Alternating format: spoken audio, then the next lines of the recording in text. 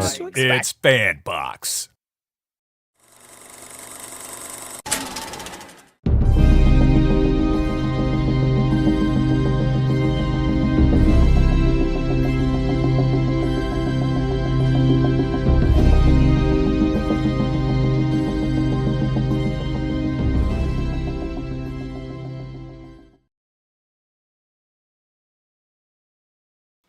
And welcome to It's FanBox of Tardis Talk. We're talking Doctor Who. We are on episode 42. Well, we're episode 36, but it's episode 42 of Doctor Who from 2007. I am Tony. You can also find me as Mr. Marvelite on social media. And with me is my companion for the day, David. David, tell us where we can find you. I am Xanatos1138 on all social medias, though it's mostly been here on It's FanBox a lot of times. If you're into wrestling, just started doing a weekly podcast every Thursday with my friend Cass or Chris Goddamn Magnus or Must See TV. He goes by a lot of names, but if I am talking mostly AEW, he will talk about everything else in regards to wrestling. Yep. And yeah, you can also check us out on different things. It's fanbox.com, fanboxnetwork.com. Be sure to check out other stuff. And I'm pretty sure we'll be doing something Daredevil related soon down the road. We're talking about, I think, starts the 24th. I think that's... Yeah, on Tuesday, 2 episodes. From what I understand, 2 episodes are coming out. Yep, and if we follow the same pathway we did before, it'll probably be Saturday night. But again, it'll be dependent on who's available and what we're doing. But regardless, it's just a place for us to sit down, talk, have fun, talking about the things that we love. We are not trying to break the internet. We could if we tried, but it would really break the internet. Not viral in any sense. But I'm glad to be here. I've been sick the last couple weeks, so glad to not have something that is making me want to die. But yeah, enjoying the wrestling show, so that's been awesome. You guys have been doing that. But let's go ahead and just start talking about the episode. It's a very, very simple episode. This is a Chris Chibnall episode. A lot of people say that and I'm just going to call it 42. 42 is very repetitive when it comes to things like Impossible Planet and the Satan Pit, which we did not too long ago. It was kind of our last dystopian, everything's going to crap planet, just with a different companion. Of course, we have with Martha this time. And of course, it's just after Martha got her, Doctor Who infinite long distance cell phone, so she can make calls through time and space, regardless of where she is. And of course, don't think about it too hard because your head will hurt. Mm-hmm. Yeah. I've always thought it was interesting. Anytime we get into an episode like this, it always seems like the TARDIS is gone. It just disappears, or it's made impossible to get to.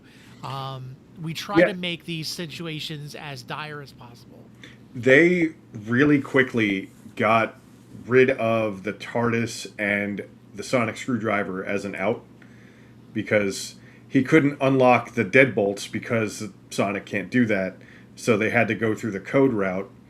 And the only thing I think he sonicked the entire episode was trying to scan the first guy that was infected.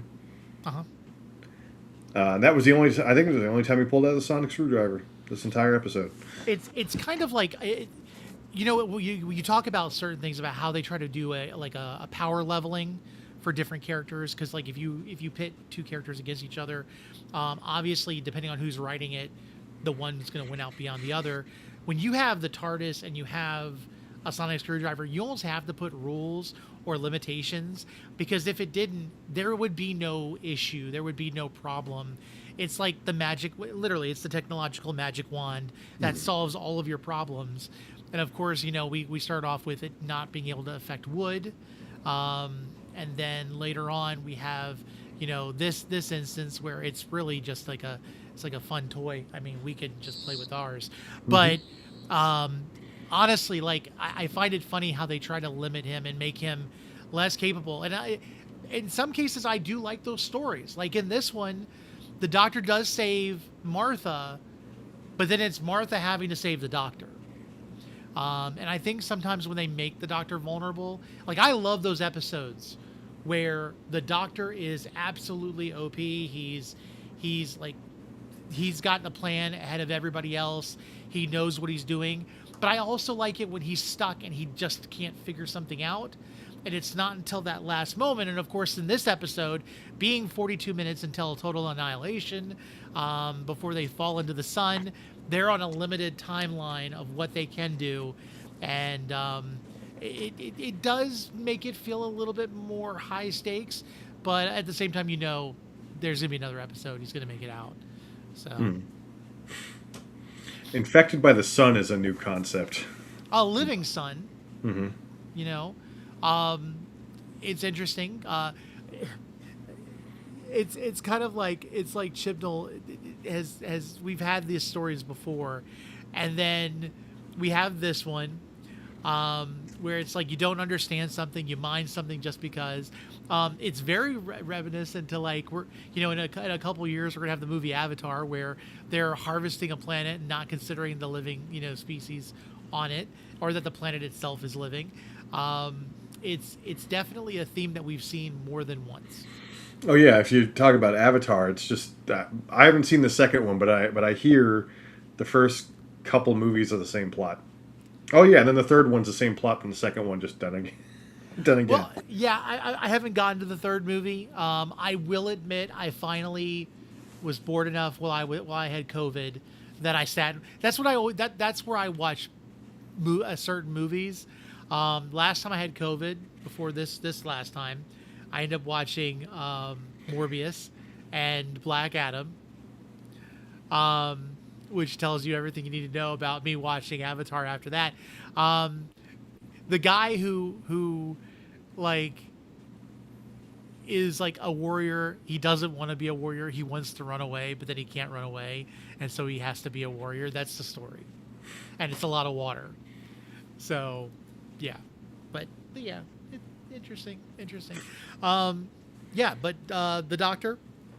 I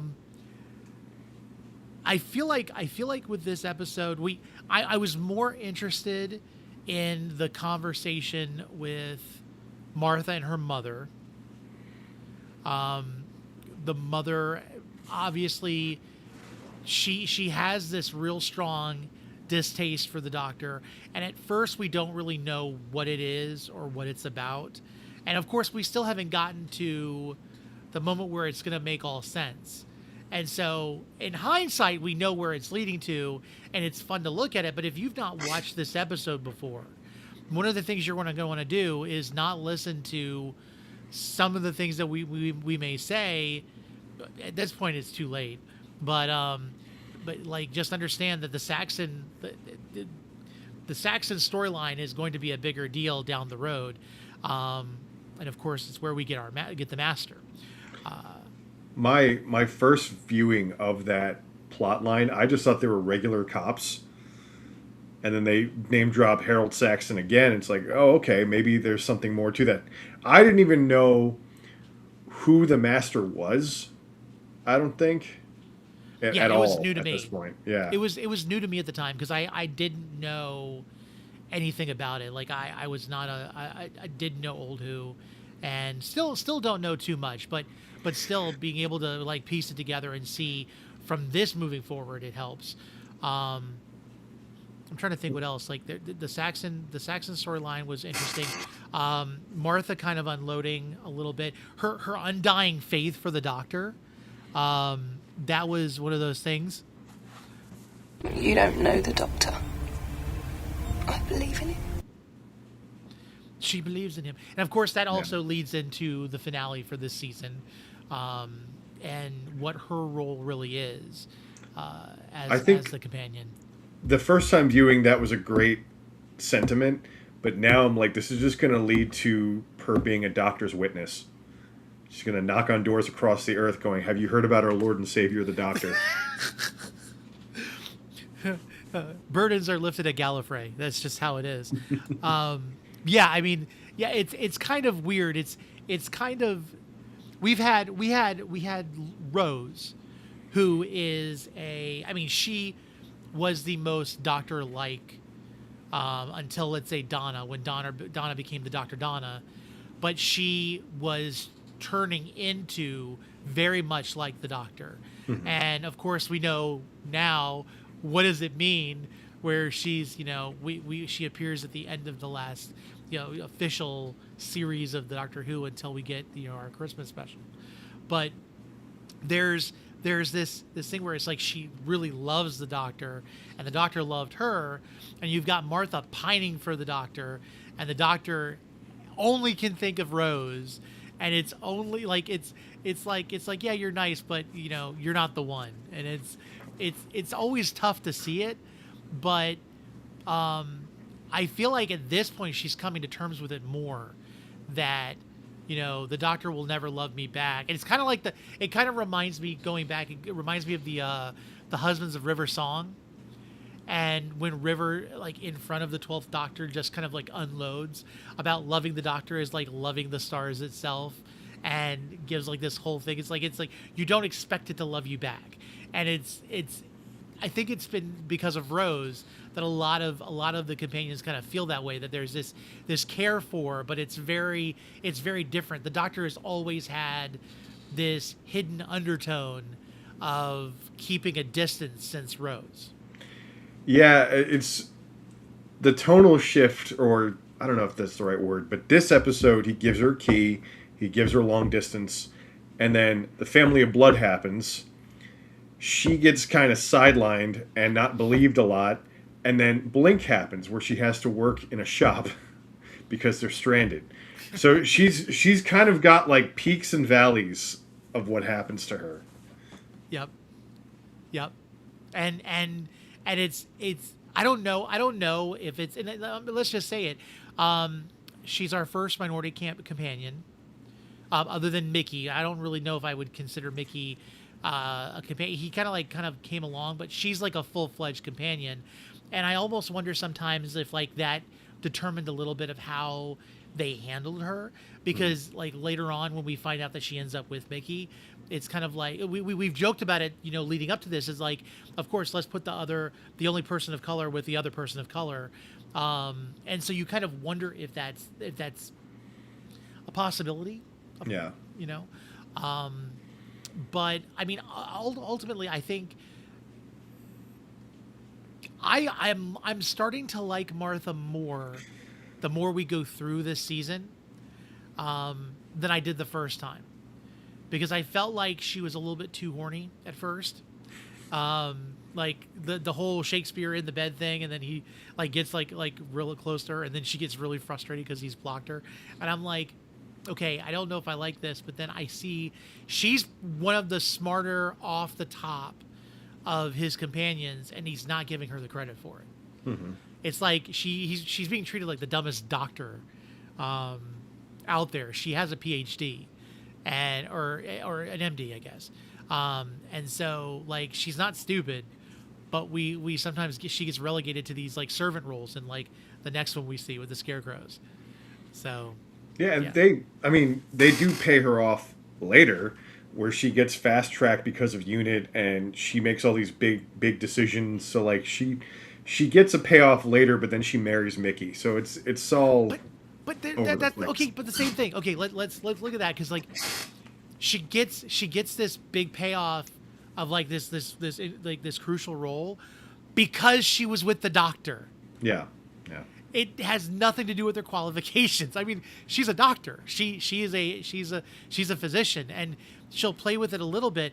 I mean, I feel like we got more with Belinda Chandra when like he's, well, I'm the doctor, and she's like, well, you can call me the nurse, and she kind of like jumps into her role, and she's more independent. Like come on, I feel like we need to bring Martha back, and Martha needs to get like her comeuppance, because I feel like she could have been a lot more than just one of the people. Like, well, let's face it, what does UNIT do? They hire people. They've got all the qualifications of just spending time with the Doctor, because they realize being with the Doctor just makes them smarter. It's like, that's a really big frustrating point for me, but it is what it is. They could do the funniest thing with Martha, because the actor for Mickey's such a scumbag. She could come back and go, oh yeah, I divorced his ass. He's a deadbeat. Yeah, we had a very fortunate, unfortunate problem with the Dalek, and he's gone now. So, but yeah, no. There were people that were saying that this is up here with the lot of people felt like this was not their favorite episode, or I would say they consider it one of the worst episodes for Doctor Who, along with the Moon Egg. And there was another one, I can't remember what it was, that specifically people were cracking on. See, I remember liking the Moon Egg only because the payoff was like, oh, that's a clever thing. The moon is actually an egg for like a space dragon. Yeah. But we were too dumb to ever figure it out. Okay, let's see. So Russell T Davies preferred the 10th Doctor in his blue suit. So that was... Oh, I'm sorry. The trivia for this is he prefers the Doctor in the blue suit when he's going to the future, and the brown suit for when he goes into the past. So I was like, okay, that's kind of interesting. What space station requires that all of your security doors have to answer a trivia question? I think they explained it like this is like the cheapest option. This is, but if you get one answer wrong, they all lock. Yeah, you'll die in space forever. You'll just be stuck in a capsule, just because you didn't know who was better, the Beatles or Elvis Presley.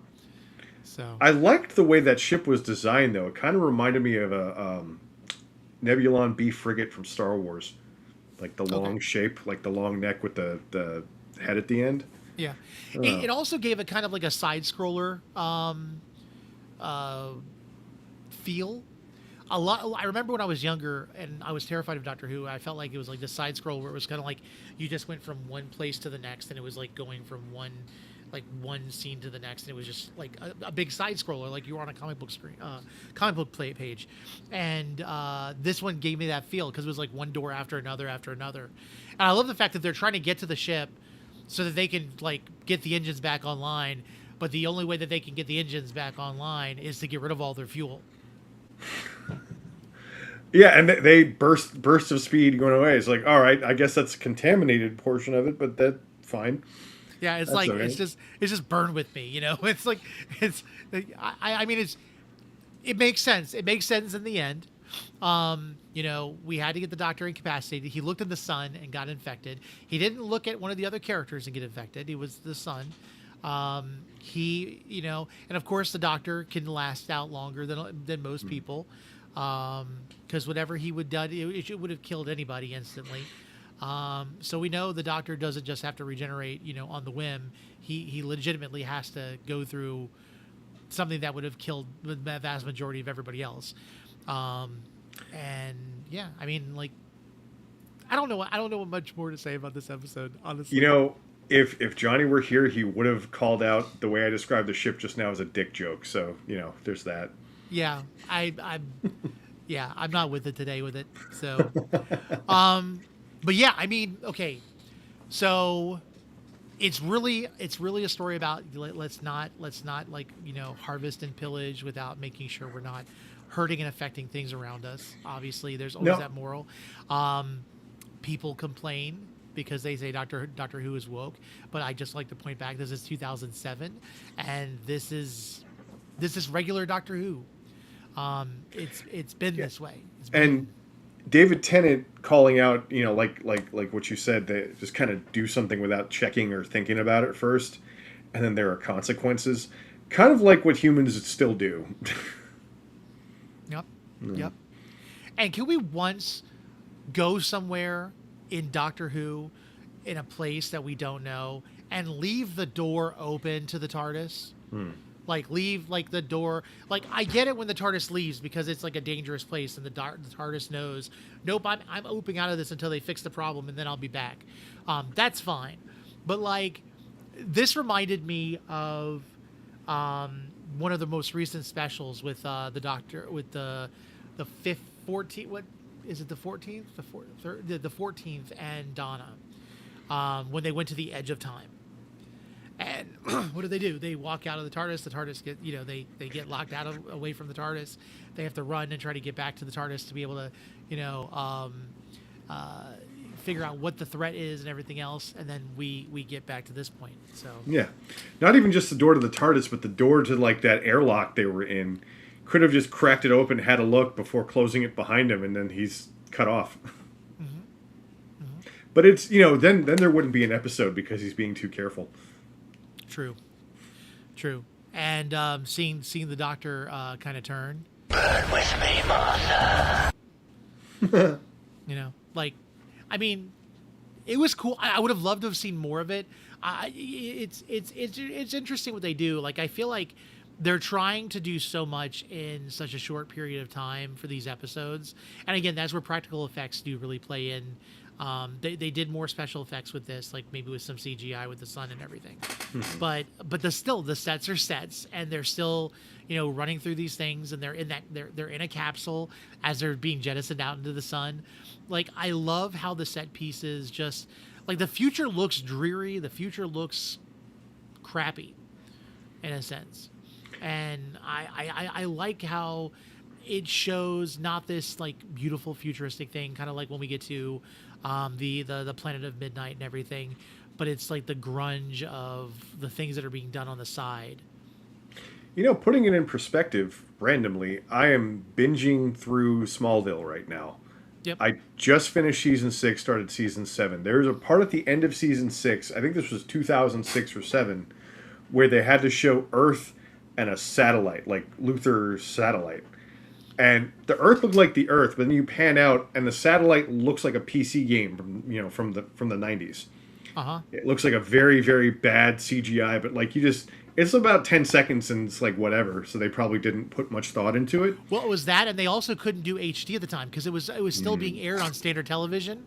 And so you're probably watching a remastered version of the show because they actually did not even release. They originally would not release Blu-rays of Smallville until I think it was around season 6 or 7. And so they were still working on like a shoestring budget when it came to special effects, which is part of the reason why Clark doesn't do a lot of flying or anything else unless it's like a really special episode when he's being controlled, by Jor-El.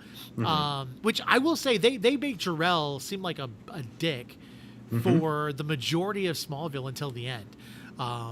But yeah, it's because of that. And I remember because I have the DVDs of Smallville up until about season 7 or season 8, and then I have Blu-ray for the rest. So, yeah. Yeah, just like watching this episode, and it's around the same time period. It's like, oh, the ship and the sun look fantastic in comparison. Yeah. But they probably had a lot more budget to do that part because all they had was like the ship entrances and stuff. Yeah, it's like Smallville presented by Sierra Games. You can actually tell in some scenes of Smallville, like when they go to Shanghai, China, it just looks like a redone Smallville city street, but they just put Chinese lettering up everywhere. Yeah, I would have loved to have been able to see the set in Vancouver when they were doing all this stuff. So, yeah. Speaking of Vancouver, we miss you, Johnny, if you're watching this. Hopefully you're watching and tracking. But yeah, I mean, otherwise really good. Not the best episode. I think this is where I kind of wanted to end it on. The term is being used negatively now, but it's okay for television or for something to be mid. Mid's not bad. It's not perfect. It's not terrible. It's just it's something that you can enjoy and it can be okay to watch. It may mean that you're not going to go back and watch it unless something requires you to do it. I don't know if I would have ever come back. It's like this one and the next couple episodes. I'm not like super fond of them to the point of where I like wanting to go back and watch them. But I've watched the heck out of Blink. People have to learn to be okay with that kind of stuff. Yeah, because someone's like mid could be someone else's like masterpiece depending on the circumstances. Oh, yeah. Because like I have my Star Wars opinions on certain things are like the least liked movies of all time. And they're among my favorites because of just how like I watched them when I grew up at like my point in time in life. And I like to go rewatch those for those feelings, Yeah. Well, it's like for me, like I'm a huge Marvel fan. And of course, we can admit it. The MCU has gotten better recently, But after Endgame, it did get a little bit wonky in some of its things. And it's like, for me, it's just like, okay, that's cool. And this is my mindset. I am so glad that there is a universe to explore. Mm-hmm. Not every bit of it may be for me. It's like when you go into a comic book shop and you get a run of something. I could just say, like, I was hardcore into the last Secret Wars that they did back in 2014, 2015, I think it was. And it wasn't because it was great. It was just because that was the Secret Wars that I was able to be a part of. And so I got all of the main run, and then I started getting some of the side stuff. And then after a while of reading some of the issues, I stopped subscribing to some of the comics because I realized I really didn't like them as much. Marvel Zombies, absolutely loved it. Astonishing Ant-Man, not so much.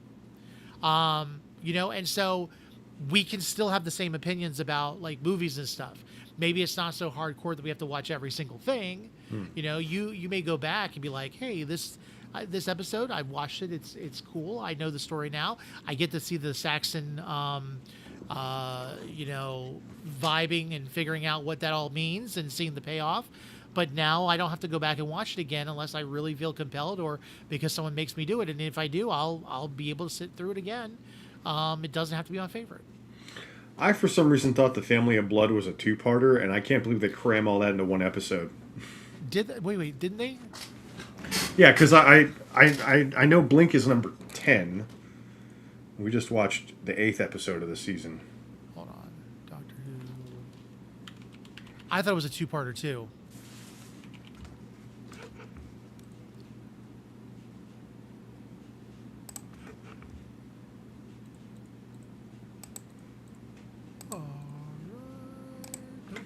Season 3.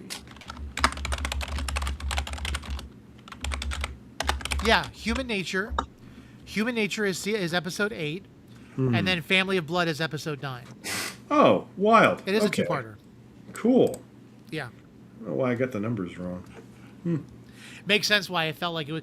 What happened was I was watching this when it was on HBO Max. And so I think I missed where the one episode ended and the other one began. And I was like, dang, this is a really long episode. That would make sense. I might actually enjoy it more. But whereas 42, I believe was 42 minutes long. Episode 8 is 25 minutes, which is the Human Nature. And then Family of Blood is not giving me a total time.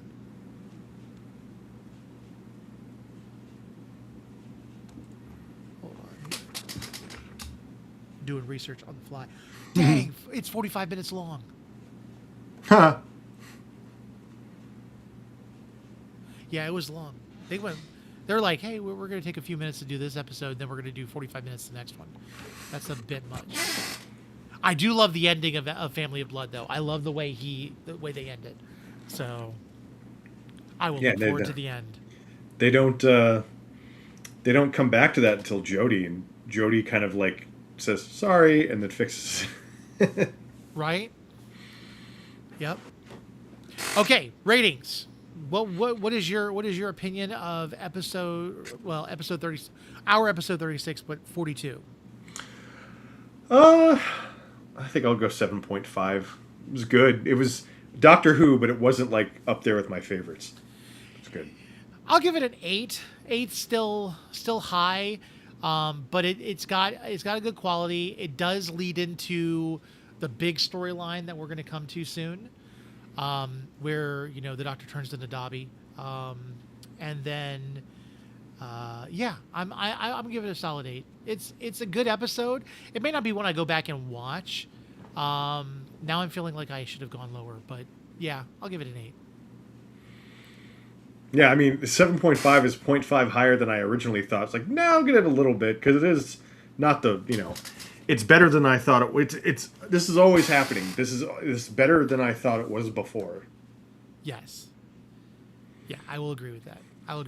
I feel like these episodes all get better. I think. Let me ask you. We've been going through this.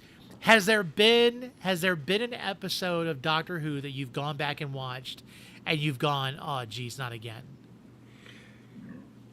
Oh, at least once. Man, I feel like it was recent too. Like there was one where I just absolutely hated it, and I still hated it on the second time. I still don't like "Are You My Mommy?" That was Really? yeah. I mean, I don't like that kid. I mean, I think the entire time I was watching, at least the first time through, when I was watching, it's like just punt that kid, kick him, kick him over. I will say, British kids can be the creepiest kids out there. Just saying. Sorry. Well, now I'm gonna have a British kid walk up to me and scare the crap out of me. Kick you in the shin. You're not my mummy. I think for me it was Love and Monsters with the Azorbalov. Oh yeah, I thought that was hilarious. It's a funny episode in some ways, but like, I don't know, Jackie getting it on with a guy just like completely cringed me, and then like Elton's whole monologue kind of threw me off, and then of course that ending was creepy in itself. Have you seen like a week ago the actress for Jackie was on the Doctor Who like official social media, and she's like, "Where'd you been? I told you." She was just full on Jackie. Oh, that's funny. And I mean, haven't seen that. She can still do it. She still acts like Jackie, but I think it's, you know, she still is in all the audio dramas and stuff. So it's not like she's lost a step. And I did see that we are getting more 10th Doctor audio dramas. David Tennant is going to be coming back and reprising the role of the 10th Doctor to do more stories, which awesome. I don't know if I'll ever listen to them because I am addicted to entitled people stories, and if I'm doing anything, I usually want mindless stuff, and so that's usually what's running on repeat in my mind. I have a huge list of audiobooks, and it takes me months to finish it because like I usually listen to them to and from work, but then also to and from work I'm like, I feel like listening to music today, and then it just never gets there. Yep. So I don't want to pile on to more audio dramas. Yeah. I don't know. Have you gotten anything cool from Doctor Who related as of late? I had, so on my car, I had the my other Rides of Tardis license plate frame, but I had to take it off because Florida. And I think that they actually like softened up on that rule, but I still said, I'm just going to keep it off anyway. And I have a rubber TARDIS I wanted to either hang on my rearview mirror or put on my dashboard. It's actually supposed to be for tea. It's not even meant to be anything else, but I was like, let me just do like a rubber TARDIS shaped thing. Oh, is it for tea leaves? Yeah. Oh, that's cool. Okay, so I went on the TikTok shop and I did this. It's self-serving. Have you seen those little dashboard things where it's like the Millennium Falcon and it like moves? Well, I got the TARDIS. Yeah, and cool. I absolutely love it. And the funniest thing is, so I have Geico car insurance, and one of the things Geico does for me to save money is my phone acts as like a tracking thing. So the better I drive, the more of a discount I get. And I have discovered that if I drive poorly, the TARDIS spins on my dashboard. And so I am more prone to hit the brakes hard to see that thing spin. And I'm pretty sure my insurance is going to go up. But like, I'm like, oh, look, if I turn like this and hit the brakes, the thing like spins real quick. I'm like, that's awesome. And then I'm like, I need to stop. So, but yeah. Yep. But with that said, I feel like this is a good place to end it. So the next time we do the show, it will be a two-parter. We'll be doing both Human Nature and the Family of Blood, mainly because we want to get through this. So that the next episode we do is Blink, because I feel like there's a lot of fun stuff we can talk about with Blink. But watch this is going to happen. We're going to get to the episode. We're not going to have much to say. But Family Blood is interesting. There's going to be a lot of poor Martha Jones talk next episode. I'm pretty sure about it. Because not only does the Doctor not seem to care about her like he typically does, but there's also a bit of the isms going on also with classism and racism. It's a lot of fun. I don't know why they put her through this. I really don't. But peak television. That's just how it is, I guess. But yeah, we'll be back next time. David, where can we find you? I am Xanatos1138 everywhere, and I do a podcast for wrestling every Thursday. It depends on the content of the week. It is supposed to be every Thursday. Sometimes it's not. Just check us out. But and if it still says Wrestling Pilot, that's just because David hasn't changed the title. No, it is a wrestling podcast presented by It's FanBox, because I just thought it would be funnier that way. Oh, absolutely. Yeah, so definitely check it out. It's great to have, and that's the thing. If you are a fan of something and you want to talk about it, it doesn't necessarily mean that any of us have to be on it or doing anything. We might be able to set somebody up with a show of their own, because FanBox is not a organization. It is not a business in the sense. It literally is a place for people to be able to talk about the things that they love, and whether people find that of value or not, that's great. But really, it's just about like this. I'll be honest with you. This is a chance for me to be able to talk to my friends about the things that we enjoy. And if it means that we're able to maybe go to a convention or do something cool, that's great. But really, it's just a place for us to have our voices heard and us to be able to, communicate. Because it's been 6 years since the pandemic. And TikTok was like a lifeline for so many of us.